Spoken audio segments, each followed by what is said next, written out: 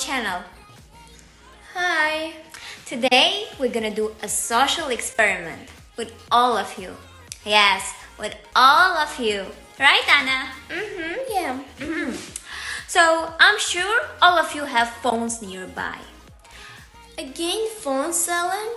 Come on, what's your problem with my baby? Oh God. Please go and check the screen time on your phones, which will show how much time do you spend on a daily basis on your phones. And if you don't know how to do it, just Google it, guys. Come on. Hello, it's 21st century outside. She has a point. For your information, the normal usage time is 2 hours. So Anna, can you bring your example? How much is your screen time? Never mind, it's fine. But can you please give me an exact number? Do I have to? Absolutely. It's high, but a bit high, just a bit high. Okay, please. Normal? Number. 9 hours and 49 minutes. So, I'm not surprised, guys. And if your screen time is higher than 2 hours like Anna's, you should definitely watch our video. And if it's not, which I actually highly doubt, Alan, you still have to watch our video, because otherwise you will just miss out a lot.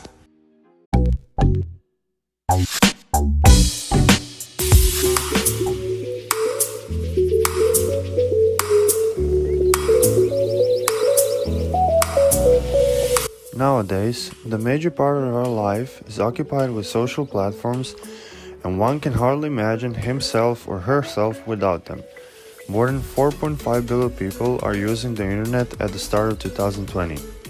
Out of them, 3.8 billion users are active users, which is a 9% increase compared to the last year. Oh, I know what we're gonna do for our sociology project. Today, me, Philip, my friends Anahit, Gaia and Ellen are going to talk about how social media affects human relationships. We did an online survey which had 225 recipients that did interviews with their friends and some experts. We're gonna show you the data that we gathered. Once smartphones arrived on the scene, social media exploded. By Pew Research, in 2005, only 5% of adults were using social media. By 2011, those numbers skyrocketed and almost 50% of people were already using social media. In 2017, 70% of world population has already been using social media, which is crazy. And I think this is just the beginning. Today, I read that 4.8 billion people are using social media nowadays in the world. Is that positive or negative? You'll find out after watching this video.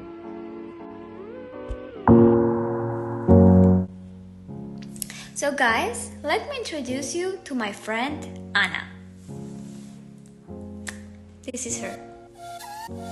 She's texting all day long. She's smiling every time she's texting because she's feeling happy at that exact moment.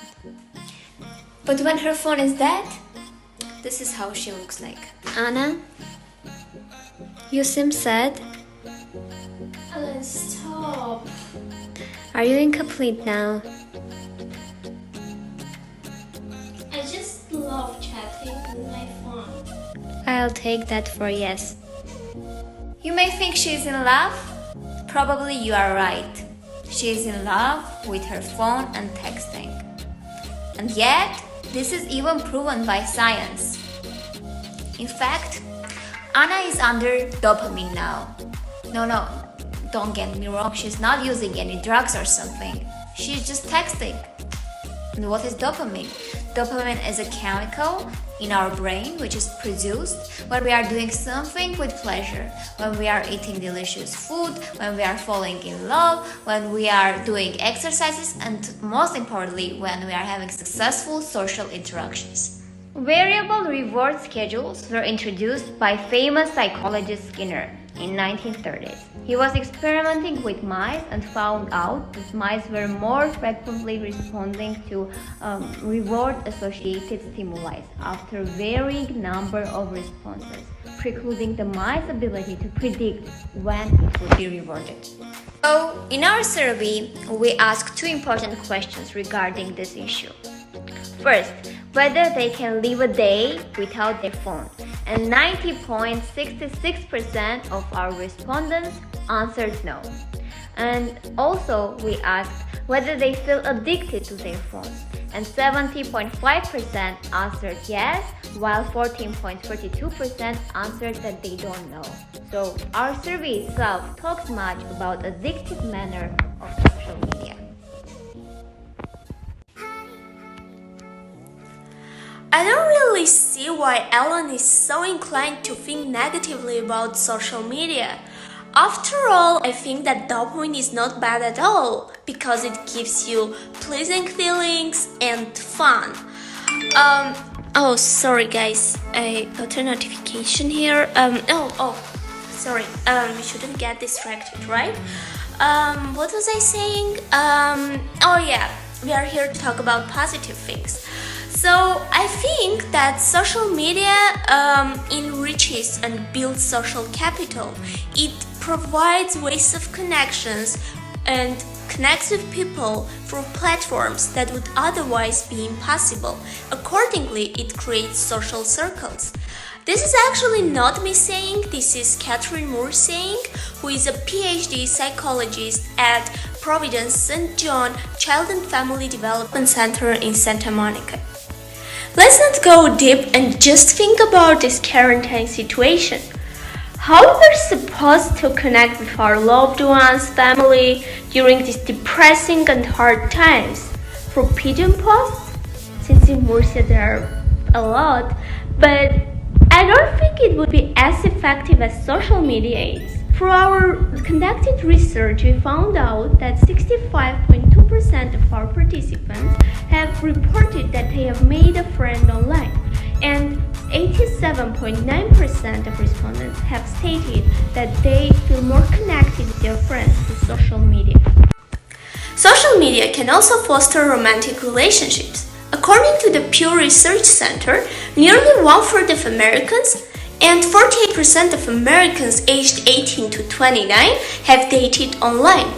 Ellison Research have provided an empirical support for social media for university students who actually argued that Facebook provides a beneficiary platform for those who have low self-esteem and low life satisfaction. Similarly, Venezuela research have found out that intensive Facebook use is actually associated with high life satisfaction, social trust, social participation, and civic action.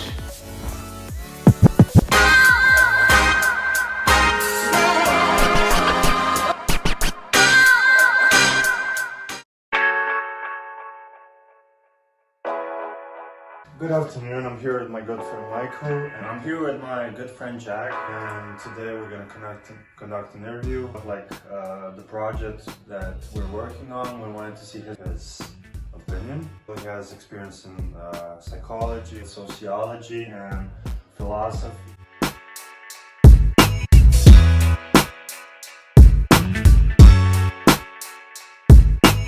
I don't really know how much we spend our time talking about, but it never really gets boring. So I feel like we jump from subject to subject, but I don't think we talk about what's relevant at this exact time that often, because I feel like that's a little more surface level. And I think with really good friends, we talk about general things in past, just catching up, just ideas that we might have together. Of course, with everything, it varies. But I feel like any conversation you have can be meaningful. It just depends on the context of the situation. Like for instance, right now, when we have a conversation, it generally includes coronavirus in the topic, just because that's just such a big event in our life right now. Talked about food and how it's grown in comparison in most of Europe and the United States. Probably coronavirus, yeah. I do. Absolutely. I feel like, you know, any good friend would help the other person out as much as they want to be helped out. So, a recent example, I would say, you know, like we run together, you know, we run together, and that helps us a lot, motivate each other a lot to get outside when we can and be active when we can. Probably about 2 times in the year. So we see each other those 2 times, maybe. And then if one of us goes and visits the other, so that's +1. So 3 times a year. But we talk online a lot. Typically, I would try to text them every once in a while to make sure like they're all right, you know, everything's still going well for them, and like catch up a little bit. But of course, if it was just like a friend that I could see at university, I would try to see them every day.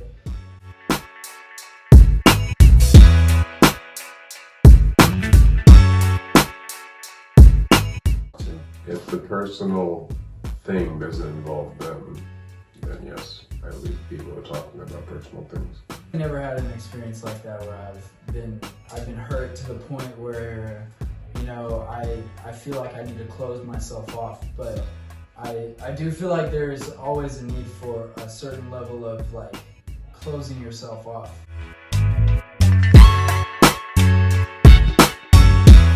The best form of communication is one-on-one with people. One-on-one. I think the best way of being present. I think I get tired. But I think it depends. I think it's kind of like everybody. I think we have like some introverts and extroverts. But yes, I think my mode of communication is one-on-one. I personally would prefer face-to-face interaction just because I know that helps me grow as a person, and I know that helps me grow my friendships tangibly. That being said, you know, it's easier to communicate with somebody over text because you have time to think about what you're saying before you say it. Whereas if you're in a face-to-face interaction, if something just comes out of your mouth, it may not be the thing that you wanted to say necessarily, but if it's something wrong, you grow from that experience.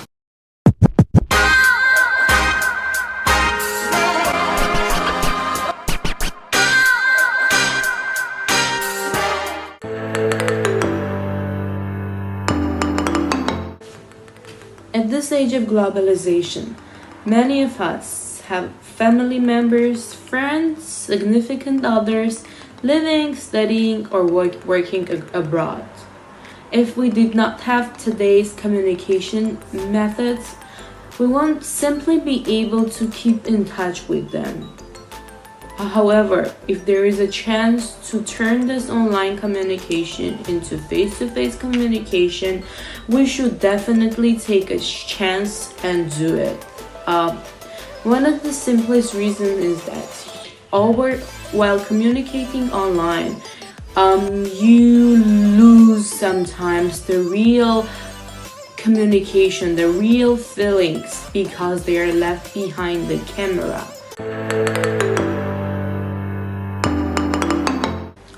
We cannot for sure say the effect of social media on people's personal life and workplace. Again, this mostly depends on how people use them. For example, whenever I enter our office, I can see people scrolling their Facebook feeds during work time, which is not really an appropriate thing to do. So it sometimes has a negative effect while people are working in the workplace. However, there is a positive possibility with social media and workplace. Whenever our CEO or department head is out of country, they can use social media to connect to employees. They can have meetings, they can discuss. So, to start, I want to introduce to everyone my friend Mattia, who is one of the 2 million people in Italy who lied about their location and faked their holidays. He transformed 2 pictures made in the Trasmeno Lake in Italy into 2 pictures made in the Indian Ocean, as he had traveled to Maldives for a vacation. He made a selfie at the airport in Rome and he started his journey directly from his sofa. So he took also care of the time zone and he deactivated the geolocalization. And when someone called him, he put on this 3 hours relaxing video of a tropical beach. So he faked literally everything and his friends fall for this lie. In fact, his direct messages were exploding. You may wonder why he needed that or why I am telling it to you. One of the most negative aspects of social media is the so-called vanity validation, which can be explained in simple terms as when your worthiness is relying on comments and likes of your online friends. When asking him the reason for faking his life, he answered that he was feeling alone, ignored and useless. There is a famous study conducted by Match Singles in America, which examined how social media affects a relationship. The survey that we conducted shows similar result. To our question if whether participants are comparing themselves to other people scrolling down the social media feeds, the 73.4% answered yes and the 23.1% answered not sure. 79.89% of the respondents were feeling envy, anxiety and misery, which are the main feelings when you experience the FOMO phenomenon. According to that study, the 57% of singles say that social media has generated a fear of missing out phenomenon, which can be abbreviated as FOMO. This is creating the urge to fake reality in order to have some types of relationship with people like Mattia did. People nowadays creates contents only to be appreciated, otherwise they get ignored and ghosted. The negative downgrades of our life are standing behind the scenes, while everyone is trying to show how happy, perfect and successful they are. And after all, it's not so hard to fake when there are a bunch of filters changing even your facial features. Yes, social media is a gain, but it also has some pain into it. It is up to us to see how we want to use it and what we want to take from it. We can say it's somehow addictive, but here are some tips that could really help you in the future and how to control your social media. Some of the tips we collected from our research and some of the tips we got from our surveys. So be attentive and take some notes if necessary. So, here are the tips to help you in building blocks. First, forget your phone when you hang out. Second, if completely leaving your phone is hard, take baby steps, set a limited time for your phone. If you're truly addicted to your phone, setting it aside for a time may be harder than you expect. To make it work, you might need to take it in steps. Dr. Mark Griffiths at Addiction.com suggests starting with increments. Start by proving to yourself that you can go 15 minutes without technology. From there, you can bump up the time to longer periods. Third, fill up their tech time with digitally incompatible activities like jogging, swimming, or meditation. I believe that everything is effective and beneficial as long as it is within certain limits. After all, even this project would be impossible if there was no social media. Social media is where everything starts.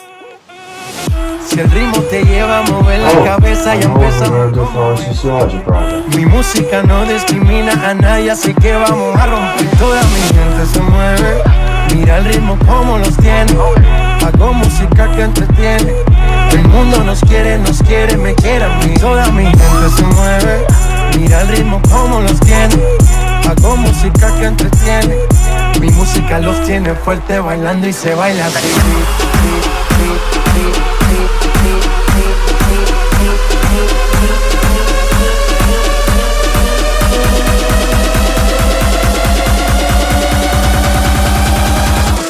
bailando y se